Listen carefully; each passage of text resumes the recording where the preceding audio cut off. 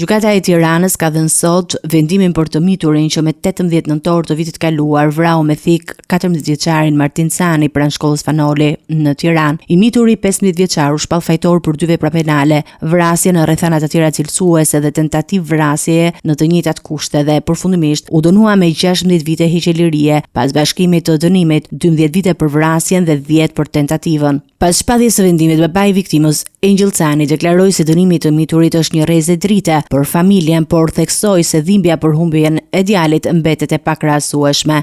Besoj se kodi për të mitur përgjithmohet. Besoj që kanë nxjerrë një rrezë drite për Martinin dhe për Luizin. Gjithsesi dhimbja jonë është e pakrahasueshme. Nuk krahasohet sikur edhe burgim përjetshëm ishte është e pakrahasueshme. Avokati i mbrojtës i familjes Cani deklaroi se sot drejtësia u vu në vend.